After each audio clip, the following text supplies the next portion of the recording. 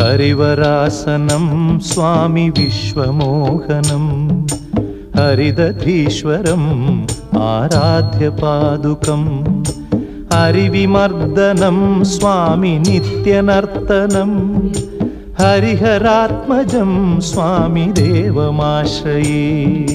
शरणमय्यप्पा स्वामी शरणमय्यप्पा शरणमय्यप्पा स्वामी शरणमय्यप्पा।